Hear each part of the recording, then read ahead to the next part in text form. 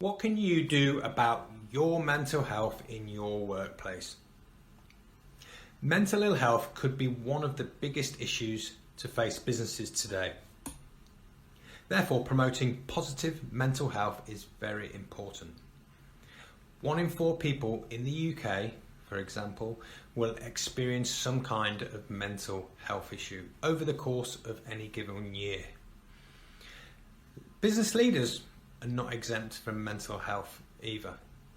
At Lambert, we have found that it's not just employees that are struggling, it is the business leaders too.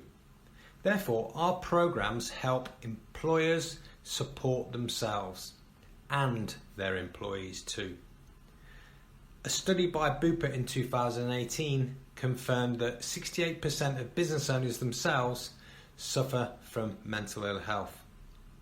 As such, at Lambert, we encourage business leaders to address their own well-being as we help their employees, i.e., we have them participate in the program as well and get them to put in place clear policies and processes to support their whole organisation.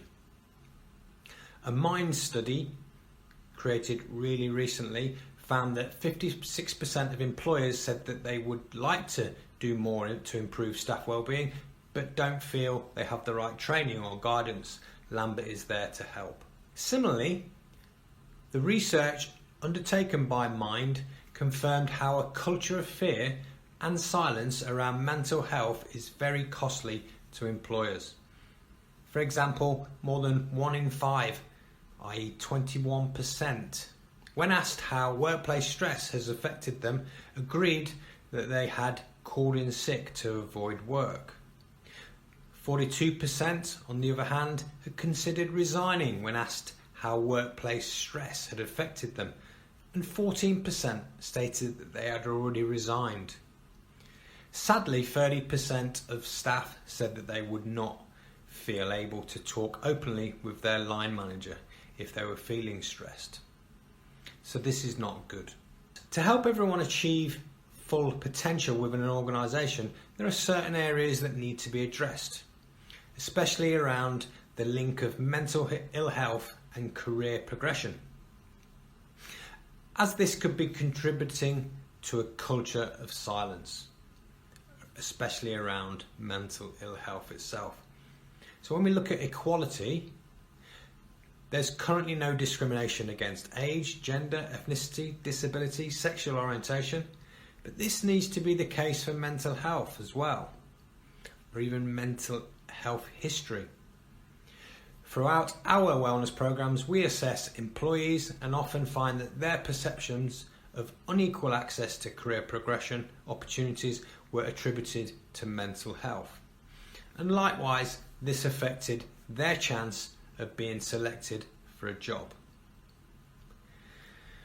Based on everything I've just previously mentioned, employers are now realising that they need to do more.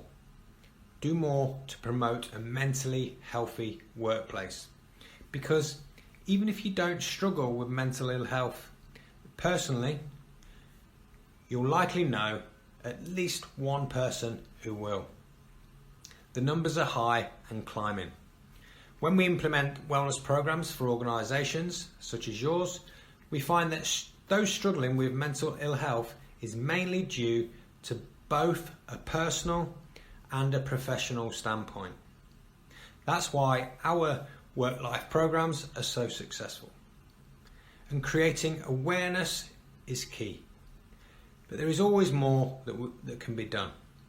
That's why we get businesses to support mechanisms in place to help, so that they can promote mentally healthy workplaces.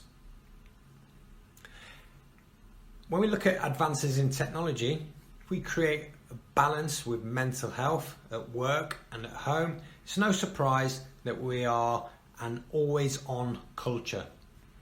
And as easy as it is to say, have a good work-life balance, it is harder to achieve and more than ever before. This all has an impact on well-being and mental health. So where you would implement a nutritional detox, a digital detox is just as important. and something we implement within our corporate wellness programs. But perhaps on a more regular basis.